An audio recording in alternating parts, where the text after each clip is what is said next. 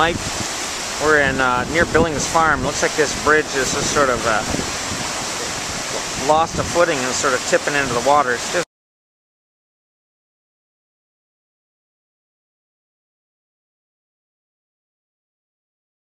while I run a business, you know, in some ways it's just stuff. And I really got emotional about seeing people who I know lose more of their personal lives stuff, which is, I think, much more poignant and just important. We rebuilt and we're okay.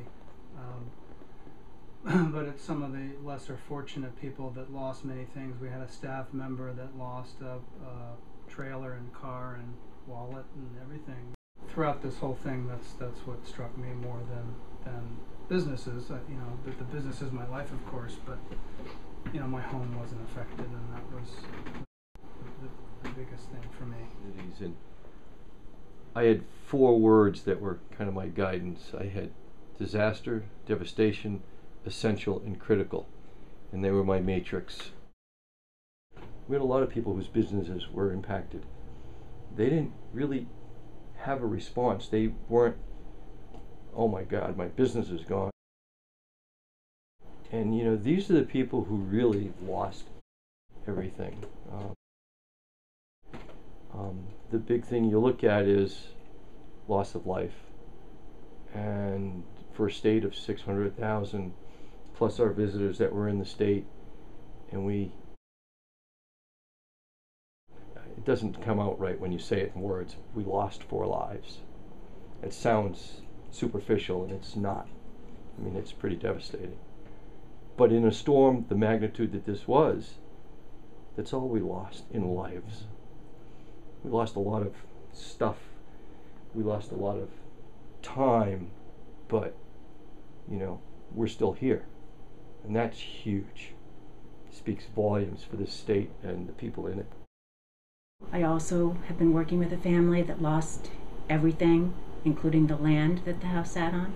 And Go Habitat, there's a great collaborative project going on in Bridgewater right now, rebuilding a home for those people. But even those people that lost everything, they weren't as bad off as their neighbor. Every applicant I would talk to would say, I don't need all of that. Give more to that person. And there was something about that resilience and in combination with the generous spirit of people that had been through so much that this woman said it to me again last night, family of 4, lost everything. She said, I don't need that much. I just want a bed for my kid to sleep in. Barnard didn't suffer scarcely any of the personal loss that has been mentioned here already, luckily. We really were pretty much limited to catastrophic infrastructure loss. Nonetheless, the waters raged and the infrastructure damage for a tiny town like Barnard. I'm a selectman in Barnard, and I and some of the road crew members in the morning when it started running water here and there were out with shovels trying to direct it a little bit, thinking at that time we'd get 3 or 4 or 5 inches of rain and we could direct it somewhere. Needless to say, the places we were making little shovel tracks became vast trenches later in the day. We lost the road to our town garage. And that isolated all the equipment that usually you expect to show up on the scene to help get things done for a few days.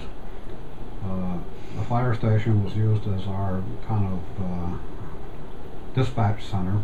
All the firemen that day, Sunday, were out checking on people. Every contractor in town that had anything ranging from a farm tractor up to big excavators and dozers was at it. We had some roads closed along Locust Creek up in what they call Chattagee for nearly a week, but most everything else was open within 24 hours.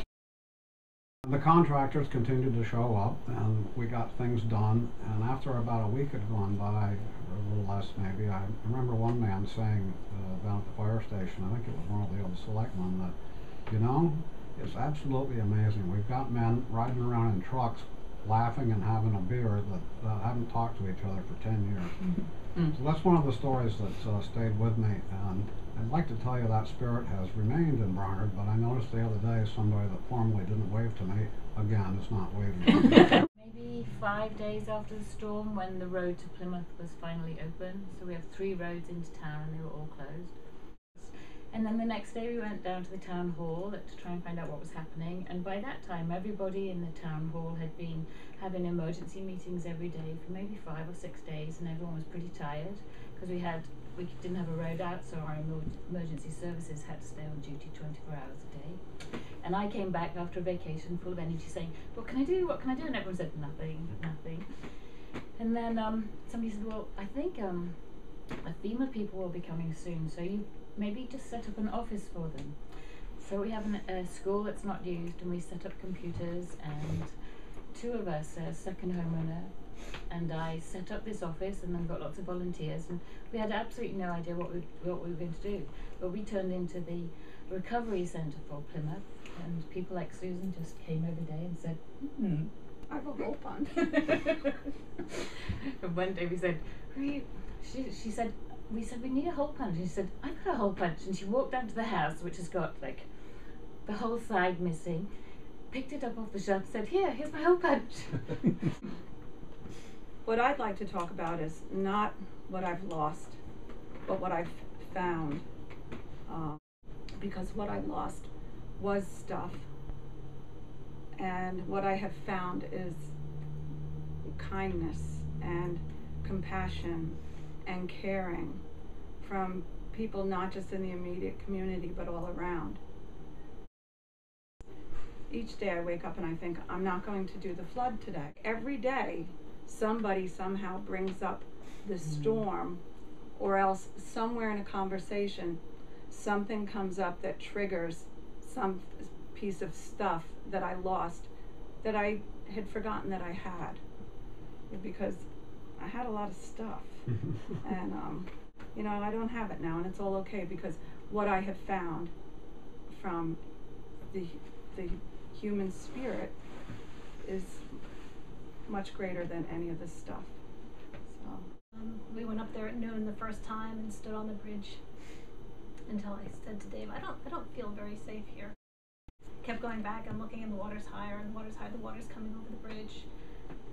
It was very alarming, even though we felt relatively safe. Came back, 6 a.m. in the morning, and the river is almost back down to normal. It's a blue skies, and we went down to Simon Pierce, well, actually at Parker House,